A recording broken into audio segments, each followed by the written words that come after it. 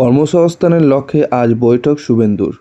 বিপুল জনসমর্থন নিয়ে রাজ্যে ক্ষমতায় এসেছে বিজেপি। স্বাভাবিকভাবে তাদের উপর রয়েছে বিপুল প্রত্যাশা পূরণের চাপ। এই প্রেক্ষাপটে আজ সোমবার নবান্নের সভাঘরে দফায় দফায় বৈঠক করবেন মুখ্যমন্ত্রী শুভেন্দু অধিকারী। সূত্রের খবর, প্রথম দিনের বৈঠকে কর্মসংস্থানের বিষয়ে সর্বাধিক গুরুত্ব দিতে চলেছেন মুখ্যমন্ত্রী। বিশেষ গুরুত্ব দিয়ে আলোচনা হবে নারী সুরক্ষা এবং স্বাস্থ্য ব্যবস্থার উন্নয়ন নিয়ে। ইতিমধ্যে শপথ নেওয়ার 5 মন্ত্রীকে নিয়ে আজ বেলা 11:30 নাগাদ নবান্ন সভাঘরে বৈঠক করবেন শুভেন্দু। তারপর সেখানেই রাজ্য সরকারের বিভিন্ন গুরুত্বপূর্ণ দপ্তরের সচিবদের সঙ্গে বৈঠক করবেন তিনি।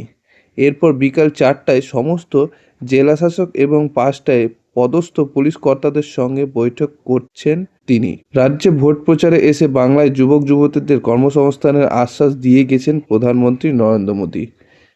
সেই লক্ষ্যে ইতিমধ্যে কাজও শুরু করে দিয়েছেন শিল্প দপ্তর। উন্নত শিল্প পরিকাঠামো গড়ে তোলার ক্ষেত্রে কোনো কাজ আটকে রয়েছে, তার পূর্ণাঙ্গ তালিকা তৈরি করা হয়েছে। সেই তালিকার শীর্ষে রয়েছে তাজপুর বন্দর। রাজ্যের প্রশাসনিক মহল মনে করে কেন্দ্রের সহযোগিতা ছাড়া এই প্রকল্প বাস্তবায়িত করা সম্ভব নয়। তাই আদানিরা দায়িত্ব ছেড়ে দেওয়ার পর একাধিকবার দরপত্র ডেকেও তাজপুর বন্দর নির্মাণ এবং পরিচালনার বার্তা দেওয়া সম্ভব হয়নি।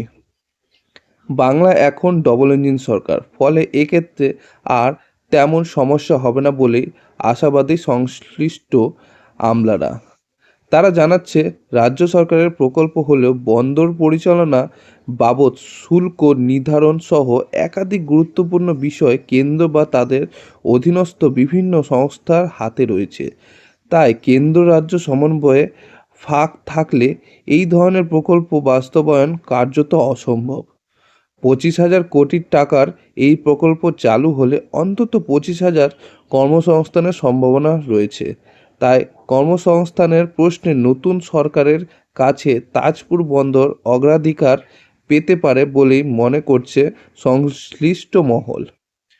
2025 সালের এপ্রিল থেকে সব ধরনের শিল্পের উৎসাহমূলক ছাড় প্রত্যাহার করেছিলেন পূর্বতন সরকার। এই সিদ্ধান্তে অখুশি হয়েছিলেন বিনিয়োগকারীরা।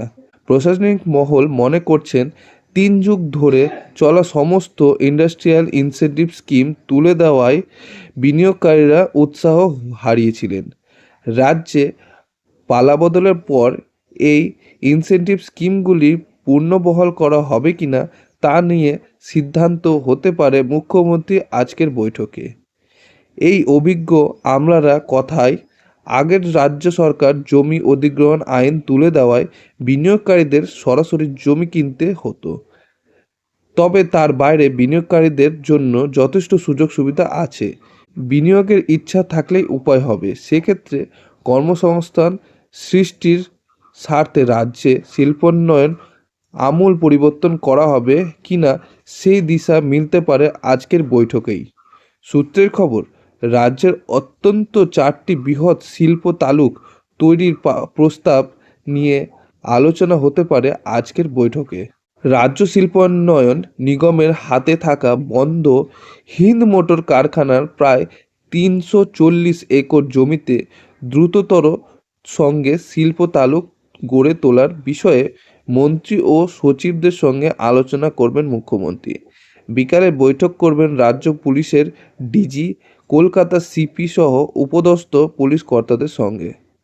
নারী সুরক্ষার জন্য প্রস্তাবিত দুর্গা বাহিনী গঠন, পুলিশ নিরাপত্তার সুবন্দোবস্ত, অভিযোগের ভিত্তিতে দ্রুত পদক্ষেপ ইত্যাদি ইস্যুতে মুখ্যমন্ত্রী পুলিশ কর্তাদের গুরুত্বপূর্ণ বার্তা দেবেন। সেই সঙ্গে রাজ্যে হাসপাতালগুলির পরিকাঠামো উন্নয়ন, শূন্যপদ পূরণ সহ সার্বিক পরিষেবা উন্নয়নের বাড়তি নজর দিতে চলছে নয়া সরকার। সব মিলিয়ে আজ রাজ্যবাসীর নজর থাকবে নবান্নর সভাঘরে।